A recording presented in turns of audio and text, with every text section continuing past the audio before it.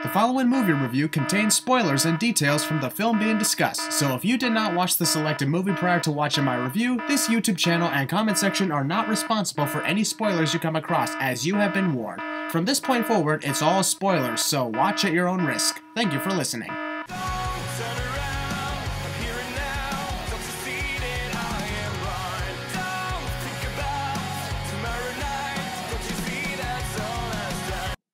It's been quite a long time since you last saw me.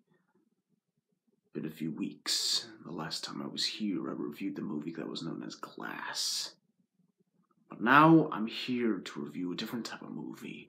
A movie that was both an action and at the same time comedy. We have Cold Pursuit, starring Liam Neeson. Now, this movie... What was that? Huh, that was weird. This movie, Liam Neeson starred in. It's called Cold Pursuit. Everybody knows Liam Neeson from his roles in several... It's kind of similar films, like, Taken, Non-Stop, Run All Night, Walk Among the Tombstones, The Commuter, and now, Cold Pursuit. But a little twist added to the mix because this one had some hilarious comedy in it. It's crazy. I mean, there's a lot that I can say about this movie. Obviously, here's the thing: you guys saw the spoiler warning, so if you're here still, despite having seen the spoiler warning, it's all your fault. All your fault. Neither me nor my comment section are responsible for any spoilers you may and probably will receive. Now, it's been a while since I did another reviews of movies, but I gotta keep this going because I saw a lot lately. Now, I'm here to talk about Cold Pursuit, and since you guys have made it past the spoiler warning, I'm just gonna move this a little bit. There you go. Since you guys made it past the spoiler warning, here we go. Let's kick right in. Now, Cold Pursuit begins with Liam Neeson's character. His name is Nelson, or Nels. We'll just call him Coxman, though. Nelson Coxman. Sorry. Nelson Coxman. I'm sorry. I just can't say Nelson Coxman. It has nothing to do with Coxman. It has to do with the fact that his first name was Nelson first. But let's go back into this. Let's see. Coxman was honored as, Citizen of the Year. He's a snowplower. He's been a snowplower for so many years. He's got a wife played by Laura Dern and a son played by... Okay, here's the thing. As much as I like this movie, and as much as it had its ups and its downs, I don't exactly remember a lot of the characters' names, because most of the time they were, made-up names, code names. And there was a lot of crazy names, like Windex. Who names themselves Windex? Like, as a code name. Oh, Windex. Look out for Windex. Looking for Windex, he'll spray you with Windex. Spray you with Windex. Anyway,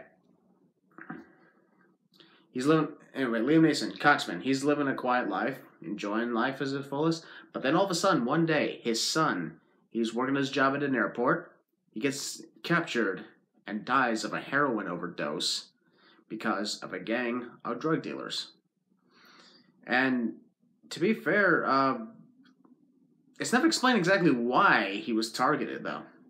That's the one problem this movie has, is it's never explained why this guy, of all people. Anyway, Coxman realizes what's going on, wants to figure out how it's possible his son was a druggie when he knows his son was never a druggie. But of course, Coxman is depressed, so he tries to commit suicide by shooting himself in the face with a rifle. Fails, however, when his son's co-worker is actually inside the garage with him. And I still wonder, how the hell did he get there? Or why was he there? Oh well. He was told, he's like, for one, the employee told Coxman to go here. We'll find this guy, who apparently was some blonde guy hanging out at some sort of strip joint or bar joint or wherever the hell it was. And so Coxman confronts him, and that doesn't kill him. He knocks him out and comedically drags his body across the parking garage to get more info on why he killed his son. And after figuring out, he strangles him. Unsuccessfully. He unsuccessfully strangles him, so he strangles him to death. Stops. As it turns out, the guy was still alive, so keep going, keep going, keep going. And then, after which, he wrapped up the bodies, tossed it over a gorge, which is kind of a recurring comedic thing that happens throughout the opening part of this movie. Finds one, he's a vigilante now, finds one guy, kills him, throws him out over the gorge, finds another guy, kills him, throws him over the gorge. At some point, his wife, we'll just say Laura Dern, leaves him for whatever reason. Like, I'll be quite honest, I didn't like Laura Dern's character. This is like similar to Star Wars: The Last Jedi. She was cast in a role that nobody liked and nobody understood. And then she's gone. In this case, this is even worse because we could have done the whole movie without her involvement as well, because she offered nothing to the plot. She was just there probably just because, hey, look, it's Laura Dern. Laura Dern's in this movie. Let's go watch because she's in it. The girl from Jurassic Park is in it. So, she's there, and after the son's death, doesn't really speak much to Coxman, and then just leaves. And you know how it's that one moment when someone leaves and they have like a note? The note was empty. There's nothing on the note. She's just gone, never heard of, never mentioned, and that's it. That's it for her. Like, seriously, that was so random. Like, I still don't understand why she was in that movie. Moving forward, though.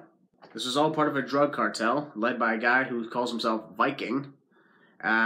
He's some rich guy who's trying to has like a son, a little boy, whose name I've also forgot. Ryan, that's who it was. But he I said has like, it's hard to tell exactly how he raises his kid. Whether it's like, eat this certain food like every day or something like that. Basically, it's more of forcing you to be living a healthy lifestyle away from other kids type of thing. Something like that, I don't know. But anyway, Viking, when he hears about the deaths of his peers, figures that this has something to do with a Native American drug group led by a guy named White Bull. And I'll be quite honest, I laughed even though I was offended by a lot of the things, because you know me, I'm Native American. Myself, I'm Mohawk. First of them as Indians, which is racist, first of all.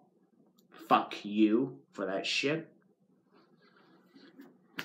But anyway, because of that, Viking has, White Bull's son killed off, and that sparks a war between the two factions, and, Liam Neeson's just, in the middle of it, pretty much unknown, saying, just gonna kill one after the other because, they killed my son, and it had nothing to do with personal stuff. It was all business, and business I still don't understand.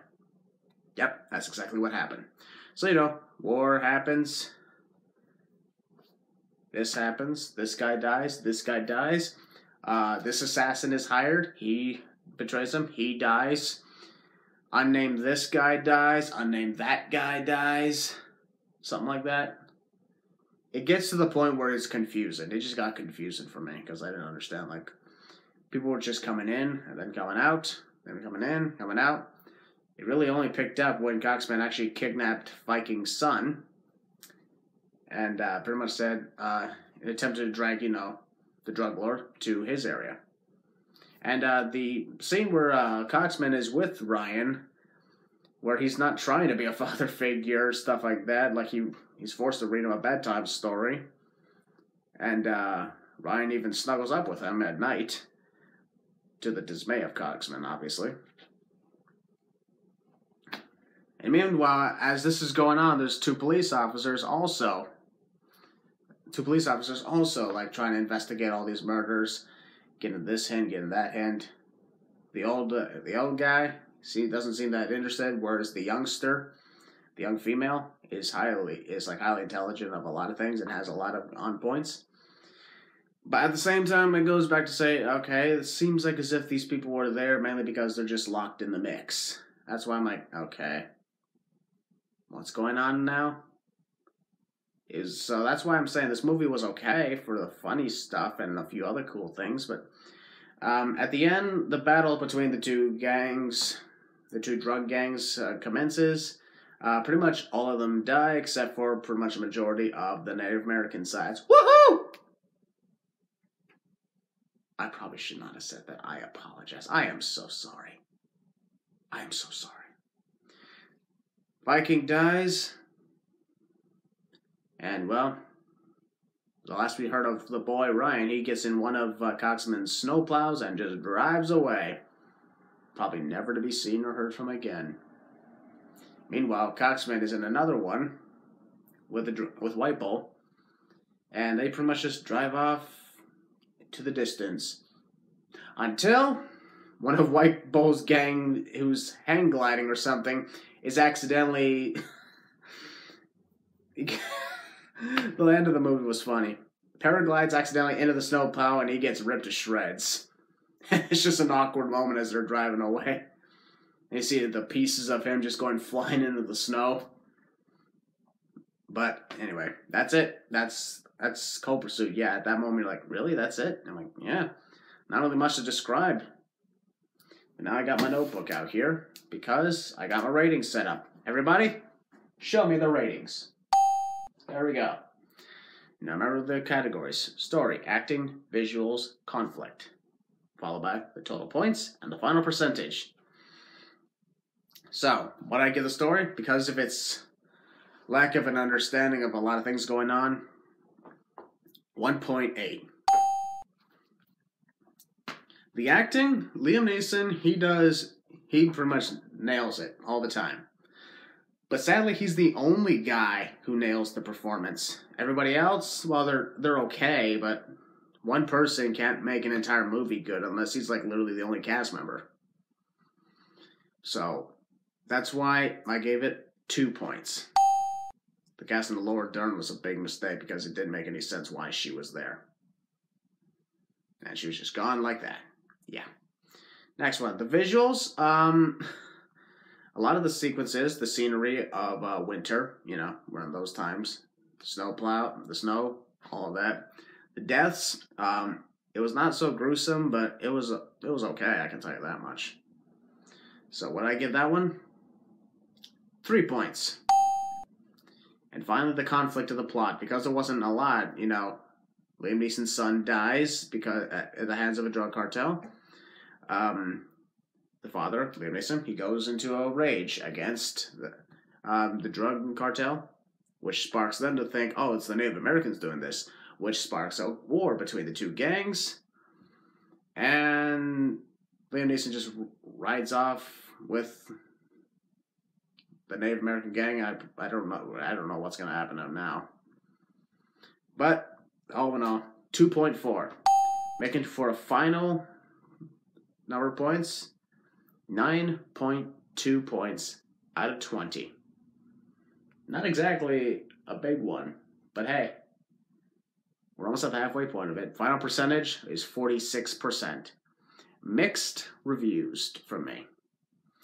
The one thing, as you guys know, I criticized the most was the lack of story, the lack of good acting aside from Liam Neeson, and the conflict could have been better. The visuals were the highest rated points I gave it. But ladies and gentlemen, that was my review on Cold Pursuit.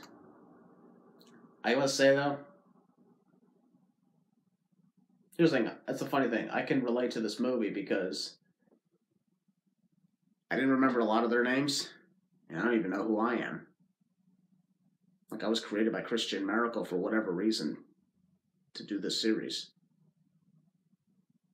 Whatever the reason is, I hopefully will figure out one day. Until then, I'll see you guys next time on the next edition of Miracle's Movie Reviews.